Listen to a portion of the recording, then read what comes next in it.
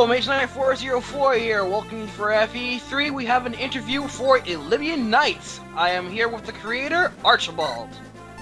What's up? So, Elibian Nights is one of the longer-standing projects, and it is definitely shown its worth. It's about to hit its final releases, and it's coming to a full stride. And a lot of people, including myself, are looking forward to see the final release. Thank you. Alright, time to get this started with the whole question thing. So, Okay. here we go! For the new people out there, please, what is Elibian Nights about? Well, Elibian Nights is, well, the title itself comes from a storybook that's being read to this prince in the opening. And it's a collection of stories about the cast of Blazing Sword after their game has ended. So it's sort of an interlude between Blazing Sword and Sword of Seals, which Sword of Seals was the Japanese-only game, and then there was the prequel that got released in the West as Fire Emblem.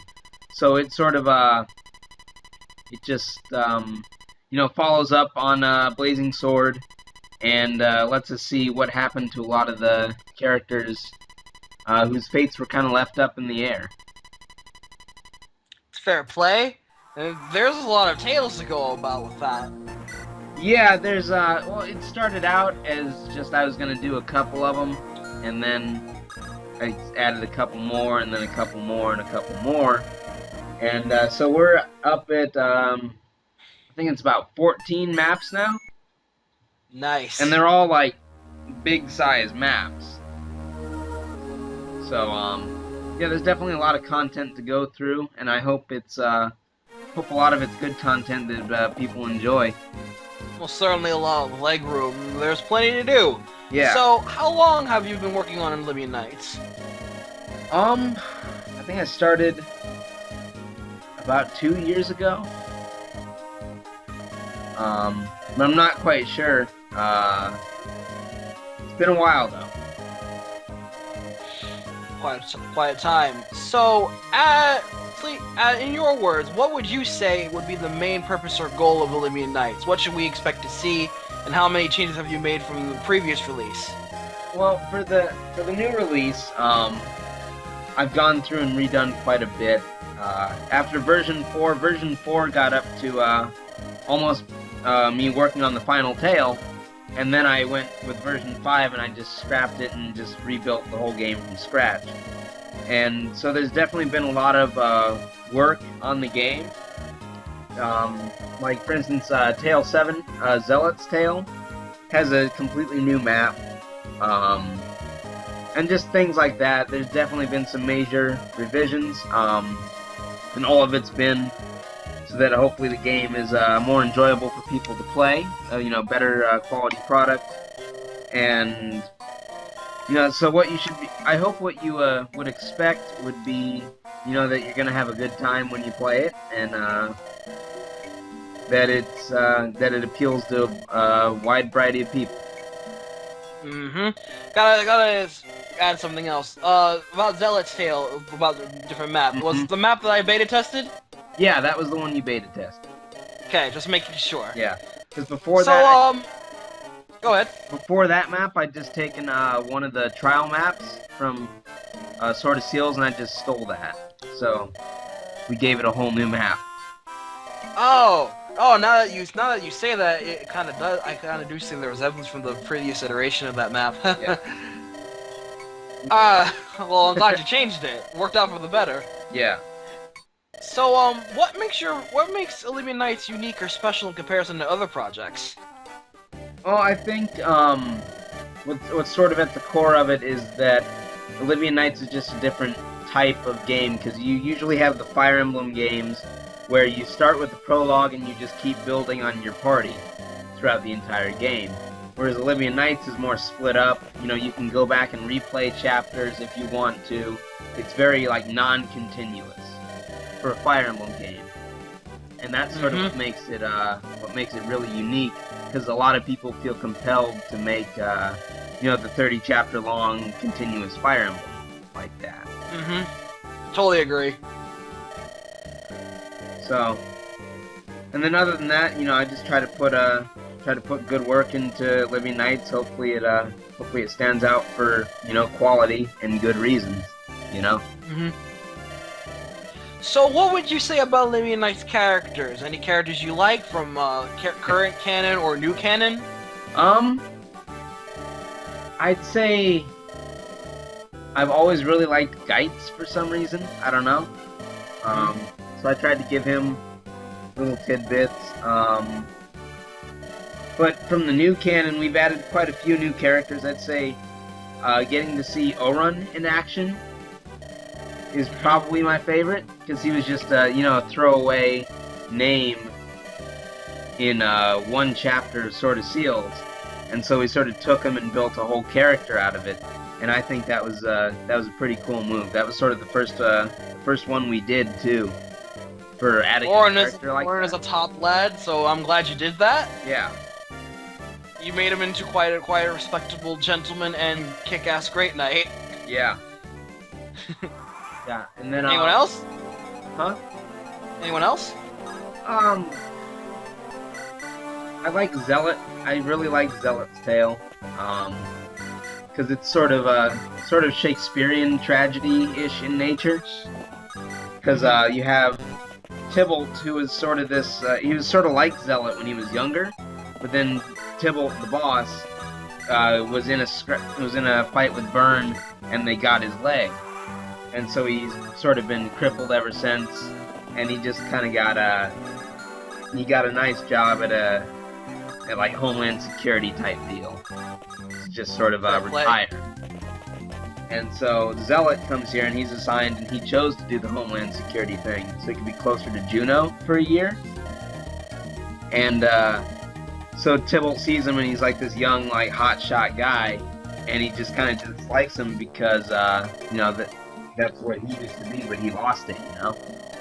Mm-hmm. And so they end up fighting, and you have the whole map, and then Zealot comes and beats him, but Tybalt gets Zealot's leg.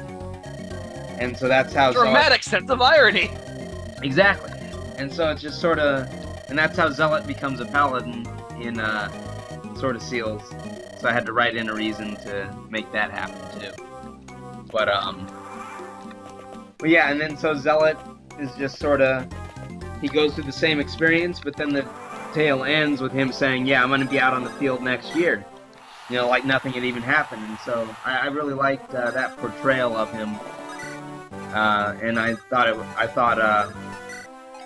just really enjoyed my writing of that one. I don't know. I enjoyed the entire map as a whole when I beta tested it, and I thought it was really well done. Yeah. And I still gotta just give my sentiments about that.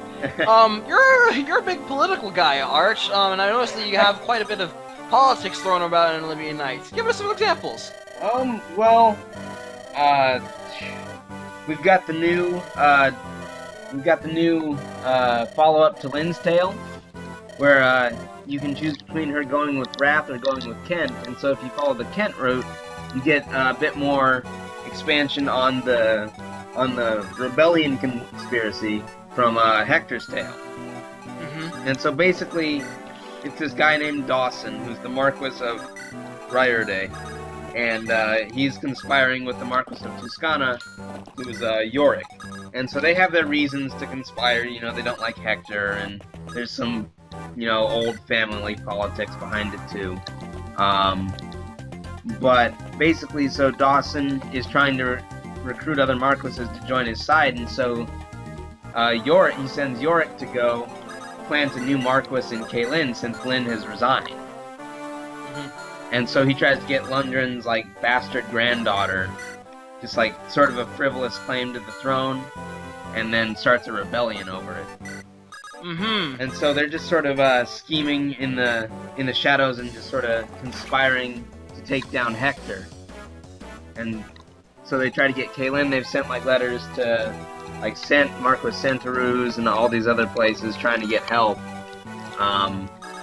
And so I think it's cool to see, you know, the building of a rebellion sort of in action, where you get to see them in the stage where they're still recruiting allies, and then they finally get Eric of Laos to join in, so they do their attack.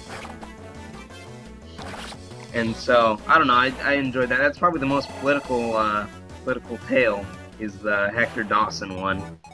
I could certainly agree with that one. I'm seeing it myself. Yeah. It's just politics all over every day.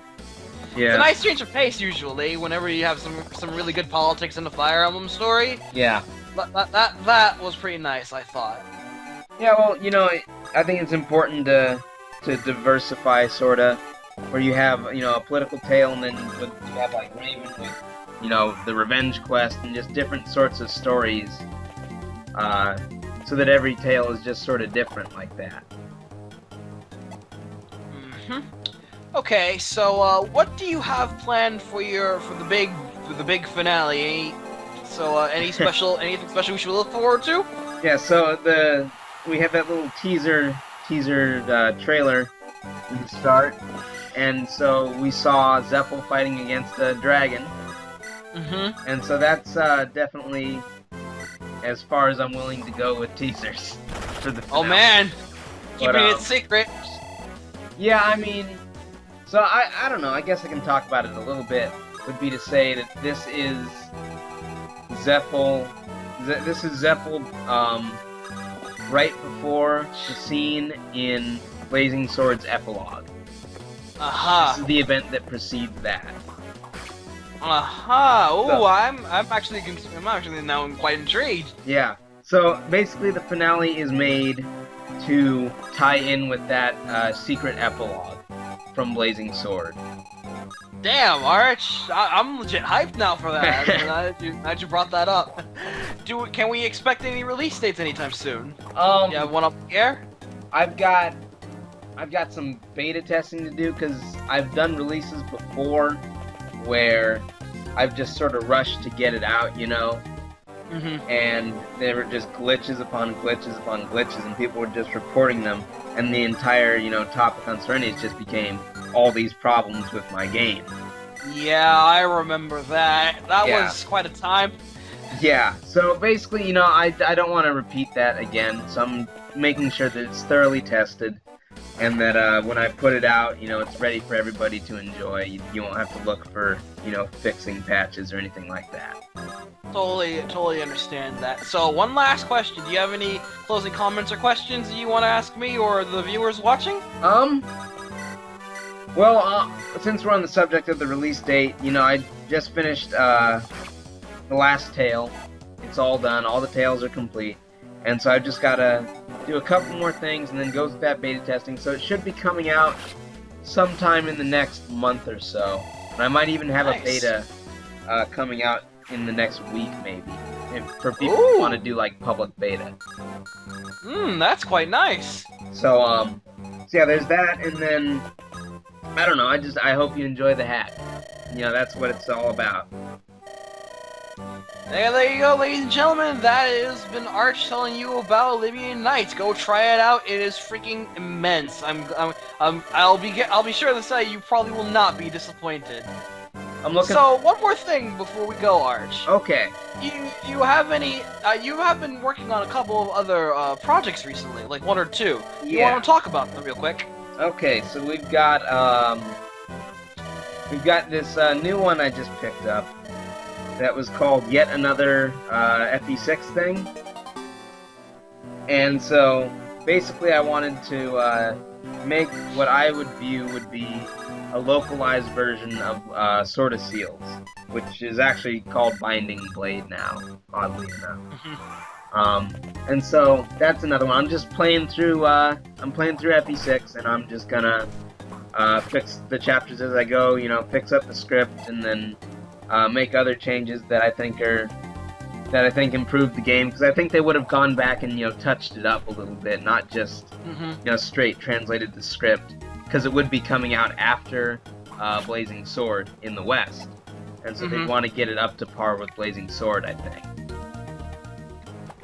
So there's that, and so I'm trying to do that and make sure, just sort of make, I don't know, because there's going to be a vanilla version where it won't have any of the other changes. You know, it's just the updated script and the translation stuff, and then I'll have the enhanced patch, and I hope it'll just sort of be like a definitive version for FE6 for players in the English canon.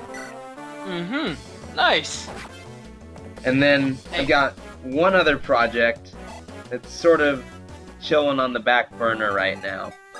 But it's Legend of Marth, which is a remake of the first Fire Emblem game. And that's going to be... it's not going to be like a Shadow Dragon type deal where they just put a new coat of paint on it and sort of left the game mostly the same after 20 years. Yeah, pretty much. Yeah, after like 20 years of series development, and they just, put out the same game they did 20 years ago.